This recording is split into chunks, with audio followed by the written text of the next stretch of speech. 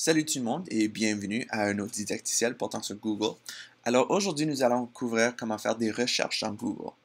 Maintenant, je suis certain que quelques-uns d'entre vous, vous me dites « Ah, je connais déjà comment faire des recherches, c'est super simple, tout ce que tu as besoin de faire, c'est écrire ce que je veux. » Tu as raison. Mais il y a des manières pour que tu puisses faire des recherches un peu plus efficacement. Premièrement, si je recherche maman et si je recherche maman, tout en majuscule, y a-t-il une différence? La réponse est non. Google ne reconnaît pas les majuscules dans ses fils de recherche. De plus, si je fais une recherche pour l'amour ou si je fais une recherche pour L'(amour, y a-t-il une différence? La réponse encore une fois, non, c'est la même chose. Alors Google ne reconnaît pas les majuscules ni les signes de ponctuation. Et juste pour renforcer cela, on va chercher quelque chose d'autre. Amour avec un point d'interrogation. Amour. Encore une fois, on a les mêmes résultats. Rien qui change.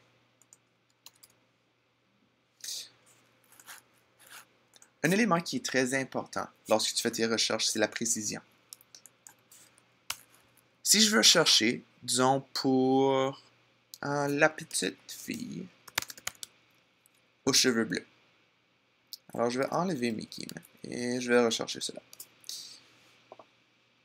Et comme tu peux voir, cheveux bleus, fille de Cannes, on parle un peu. Par contre, si j'écris ceci avec mes guillemets, les guillemets symbolisent que Google doit chercher pour ce terme exact, sans exception. Alors tu peux voir que chaque résultat a exactement ce que je cherchais. Tandis que celui-ci en parle un peu, mais ça ne doit pas être exact. La prochaine chose que nous allons voir sont les opérateurs booléens. Maintenant, les opérateurs aident à trier les résultats. Si je cherche pour, disons, toi, l'information sur des lions ou sur un tigre. Alors, tu peux voir ici qu'il parle un peu, mais moi, je ne voulais pas qu'il parle d'un croisement de lion et tigre pour créer un liger ou, comme vous voyez ici, un tigron. Ce que moi, je cherche, c'est l'information sur soit un lion ou un tigre.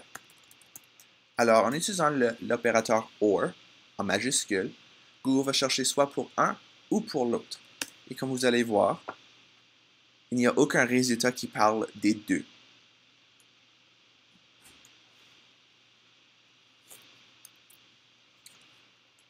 Maintenant, un des opérateurs que j'utilise le plus souvent, c'est celle de la négation. Alors, si je veux parler on va parler de la vitesse, cette fois-ci d'un jaguar. Mais, on ne veut pas les résultats ayant des voitures. Tout ce que tu as besoin de faire, c'est insérer un petit tiret juste à côté de voiture. Et comme vous pouvez noter, il n'y a pas d'espace entre la soustraction et la voiture, je m'excuse. Et maintenant, tous les résultats seront simplement de l'animal. Ce qui est très utile lorsque les élèves font des recherches. De plus, on peut faire une recherche pour on va dire, Coupe Stanley. On a plein de résultats. Mais disons que je veux faire une recherche sur toutes les Coupes Stanley qui ne parlent pas de Toronto. Encore, on est capable de faire cela. Et comme vous pouvez voir, les résultats ont diminué beaucoup.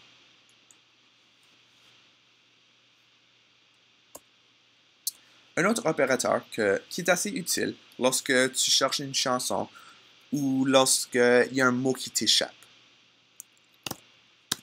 Tu peux utiliser l'astérix. Alors, un quelque chose vaut mieux que deux quelque chose.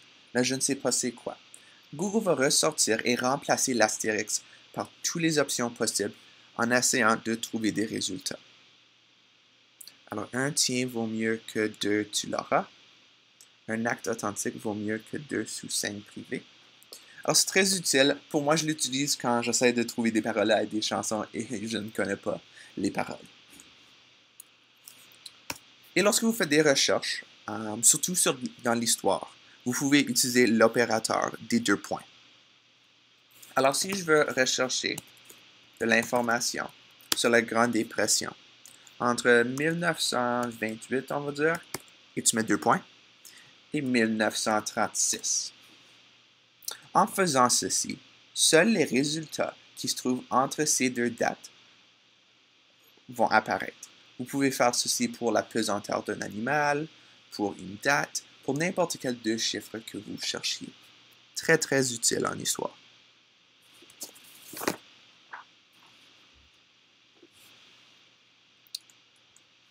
Maintenant, un autre élément que j'aime, c'est comment faire des recherches avec des images. Alors, je vais juste sortir de là, et on est bon. Alors, si j'ai cette image, et un des élèves, il a pris une image durant la fin de semaine, et il veut savoir ce que c'est. Tout ce que tu as besoin de faire, c'est d'aller à Images, et de là, on parle encore de la Grande Dépression, je vais juste supprimer cela. Je vais prendre mon image, et je vais le placer dans la barre de recherche. Et ça va me donner plusieurs renseignements portant sur cet animal. Alors, ça peut te donner des renseignements sur des animaux, oh, je m'excuse, ou sur des régions, sur des places, sur n'importe quoi où est-ce que tu mets l'image.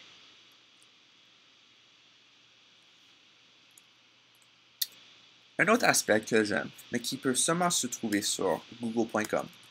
Alors, je vais aller google.com. NCR. Le NCR représente No Country Redirect, qui veut dire que ça ne va pas t'amener à google.ca par défaut. Alors, en allant là, tu peux rechercher des actualités. Mais non seulement des actualités qui existaient depuis l'invention de l'Internet, mais aussi dans des journaux de l'ancien temps.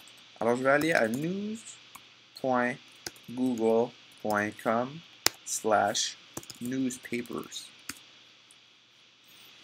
Et voici, ça me donne plusieurs journaux qui existaient depuis, le plus vieux que j'ai trouvé était 1830, je pense.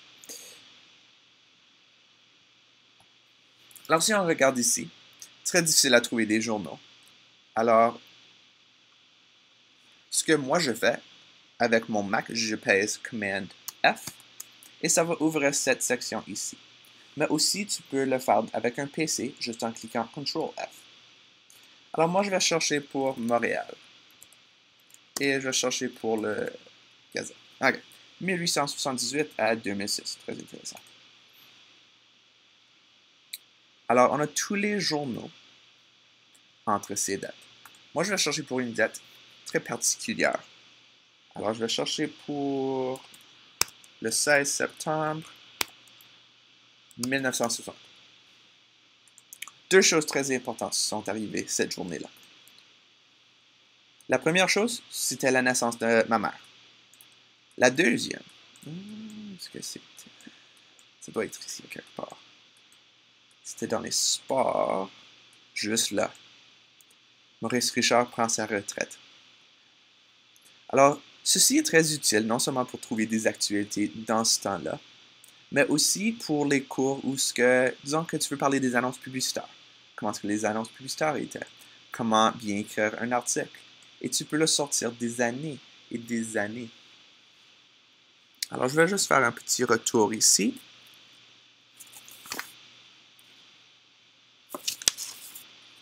Et je pense que c'est presque tout.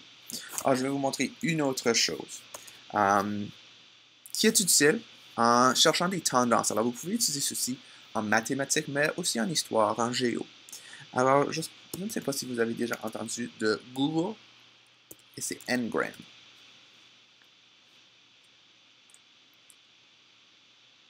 Alors, ce que ça fait, ça va comparer des termes que tu cherches avec qui se trouvent dans des livres durant ce temps-là. Alors, comme on peut voir, Frankenstein a vraiment commencé à augmenter depuis, on va dire, 1995, 96. Mais tu peux aussi chercher des tendances de, on va dire, guerre. Guerre. Alors, il parle beaucoup de guerre dans des livres en 1918, mais pourquoi? Parce que c'était une des guerres mondiales. On peut parler du sida.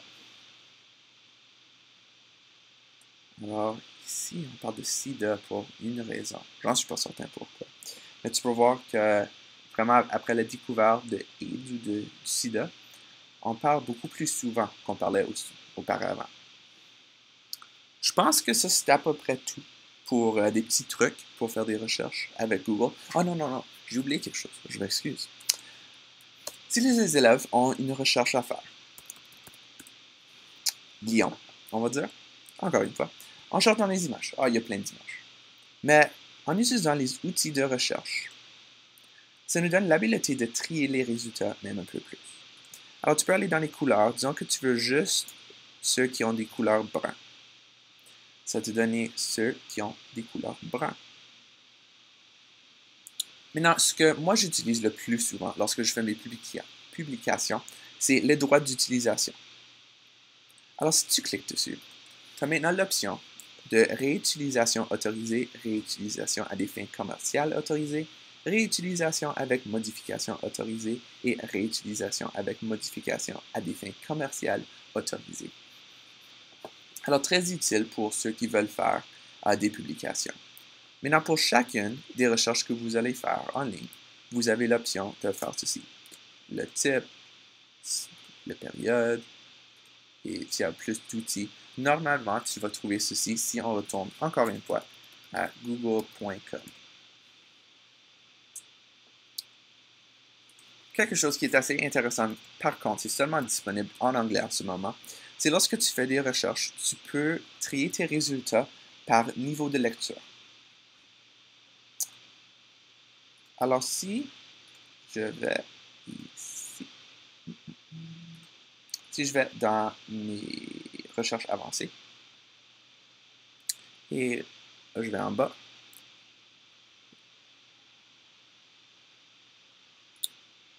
ah, c'est ça. Ça monte seulement si on est en anglais, comme je viens tout juste de dire, mais j'ai oublié de le faire.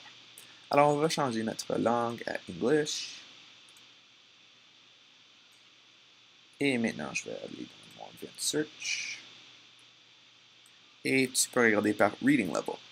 Alors, Annotate Results with Reading Levels, Advanced Search. Et maintenant, tu peux voir que ça le divise dans Basic, Intermediate et Advanced. Maintenant, ce que j'ai trouvé d'après mes recherches était que Avancé, c'est celui qui avait les meilleurs résultats. Par contre, il y avait des résultats très simples dans Basic qui seraient utiles pour des élèves de primaire. Maintenant, ça c'est tout. J'espère que vous avez aimé ce didacticiel. Si vous avez des questions, n'hésitez pas à les poser dans la section de commentaires.